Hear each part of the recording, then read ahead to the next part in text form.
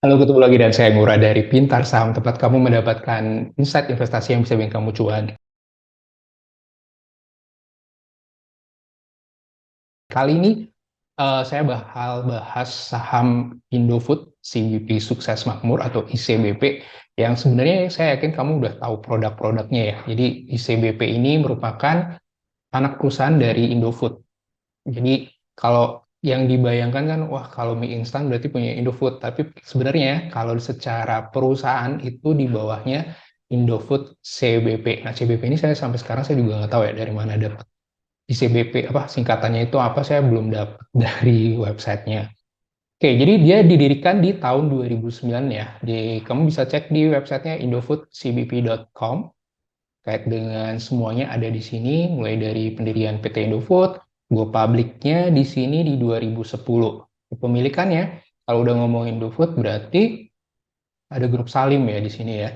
Dan nah, kalau kamu cek Indofood CBP, itu Indofood Holding Company-nya atau kode emitennya INDF itu 80,53%, publiknya atau masyarakat di 19,47%. Ini nih 50% itu Indofood dipegang oleh First Pacific Company Limited, itu punya grup Salim.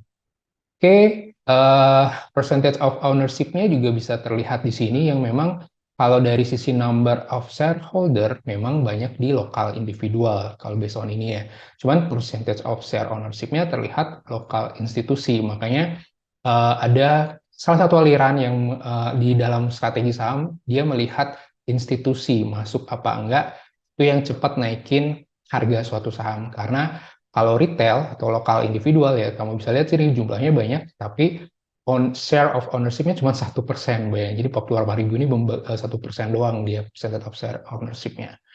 Oke, untuk profilnya kita balik lagi mungkin ya bagi yang belum tahu sebenarnya Indofood CBP itu jualannya apa aja.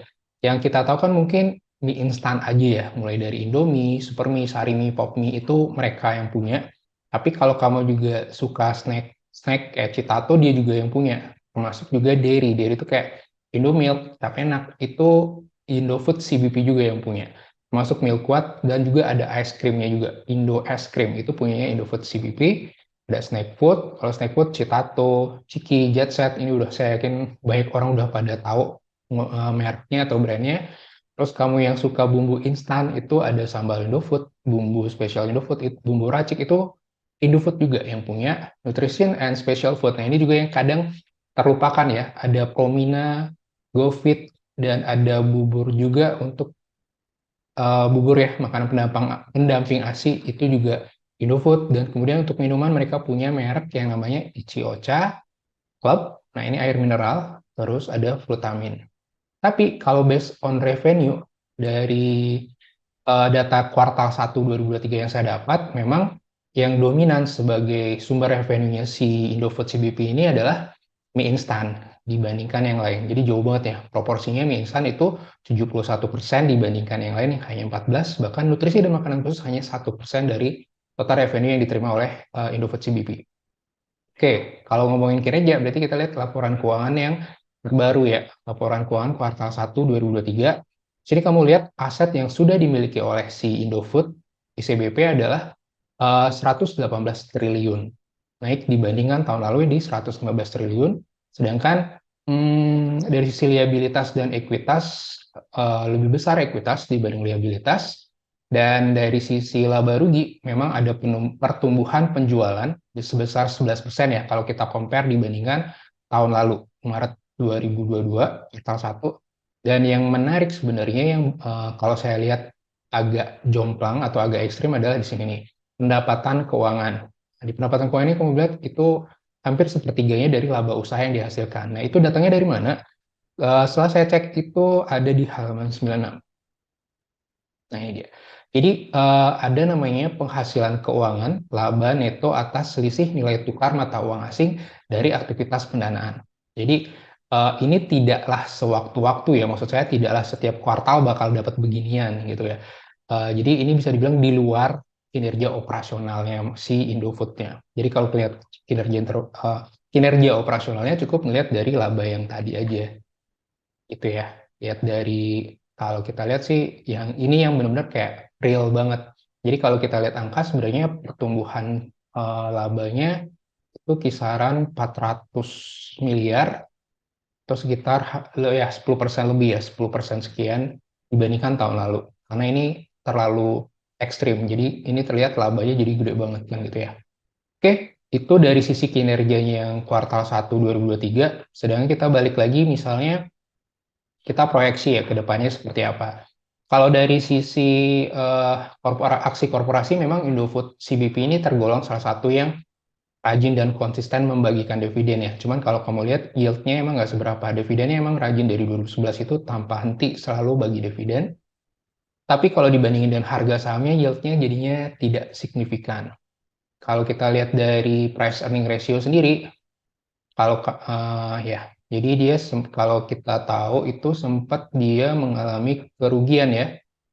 Jumlah laba komprehensifnya sempat minus di kuartal 2 2022. Waktu itu kan kita tahu ada awalnya perang Rusia Ukraina, terjadinya disrupsi dalam hal sediaan gandum yang merupakan bahan baku utamanya mereka, Indofood ini, sehingga ada ekstrimnya di sini. Nah, cuman kan mereka sudah balik seperti biasa lagi, dan kalau kita ngelihat proyeksinya based on ini, ya ini expected growth-nya emang saya buat gede banget jatuhnya ya 36%. Jadi dengan price earning rata-rata di 21, maka di harganya di 11.400. Kalau sekarang sih harganya masih di 11 ribuan ya. Ya, 11.35, 11 sorry, 11.325. Oke, seperti itu, based on price earning memang kayaknya tipis banget. Jadi ya memang ini bukan lagi saham yang bisa kategori murah banget, enggak ya, bukan under value sih menurut saya. Lebih ke kita mengandalkan growth-nya, apalagi kita tahu temanya minggu saya ini kan kali ini adalah tentang konsumsi atau food and beverage, salah satunya ya CBP yang kalau kita ngomongin karena secara market cap mereka tergolong salah satu yang paling besar di pasar modal Indonesia saat ini market cap-nya ya. Oke, nah untuk price book value sendiri dengan asumsi hanya tumbuh 10%, maka sebenarnya harga perkiraannya di 10.600 dibanding harga saat ini, maka sudah tergolong mahal banget harganya saat ini. Tapi kita lihat dulu second opinion ya. Second opinion misalnya dari Stockbit, konsensus yang dikumpulkan Stockbit sendiri malah menargetkan 12.000 target harga sahamnya, dengan estimasi EPS-nya ini menjadi 768, sedangkan saya EPS-nya cuma 535. Jadi kalau 768 ya lebih besar dari ini dong. Sekarang sini jadi 15.000. Nah, tapi kan kita cek lagi ya. Ini kan proyeksinya si Stockbit konsensus, namanya juga konsensus kan forecast dan sebagainya. Ada hal-hal tertentu yang juga bisa mengacaukan segalanya seperti ya perang perang tahun lalu itu kan siapa yang nyangka kan gitu kan ya. Kemudian kalau dari sisi Simply Worth It, saya ngelihat dari sisi valuation, nah ini kelihatan kalau tanda merah nih artinya uh, tidak apa belum layak masuk kan gitu ya. Tapi based on valuation score-nya dari 6 parameter, satu doang yang hijau. Artinya based on price to earning dibandingkan peers-nya, mereka Indofood ini masih lebih murah gitu ya dibandingkan peers-nya ya. Kalau dibandingkan Mayora, Mayora kan emang udah mahal nih kan, Mayora saya udah bahas hari Senin kemarin. Indofood CBP ini masih lebih murah dibanding peer-nya. Tapi kalau kita ngomongin industri average-nya sebenarnya ya udah balance, misalnya udah so-so ya, maksudnya udah inline gitu kan ya price-nya. Kalau dilihat dari yang lain, target price versinya ini versi Simply kan di angka 12.800 sekian. Sama kayak si Stockbit sih ya, 12.000 ya, 12.800 juga. Dan memang proyeksinya terlihat memang ada pertumbuhan ya. Jadi 2023 ke 2024 juga tumbuh. Dari sisi yang lain IPS-nya di 732.086 ya, hampir mirip juga 786. Dan kalau kita ngelihat financial health-nya memang ya tidak ada yang terlalu perlu dikhawatirkan ya, karena dari sisi yang kemarin kan concern-nya waktu mereka mengambil alih Pine Hill ya.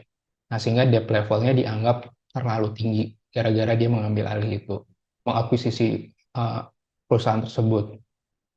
Oke, kalau kita lihat ownership, dari sisi ownership memang public companies, general public, dan institution. Public companies-nya ya ini, Indofood tadi, INDF kodenya. General public 14,6 dan institusi 4,9%.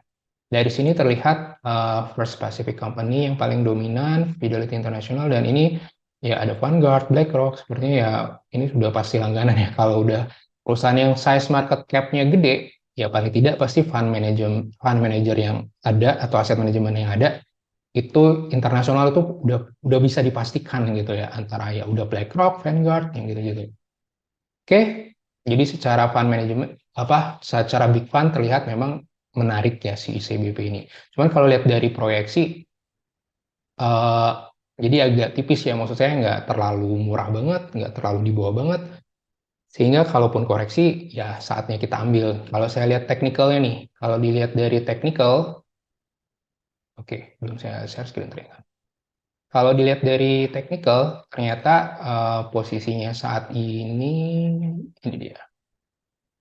Oke, nah ini pada saat dibuat ya video ini masih di angka 11.350. Kalau kita lihat teorinya, indikator kan kalau MACD-nya seperti ini kan namanya dead cross nih. Kalau dead cross kan artinya kan kita tunggu dulu ke bawah kan gitu ya sampai dia seperti ini golden cross. Nah kalau dari sisi stokastik RSI ya masih oke, cuman ininya sih yang kurang kurang banget malah ya.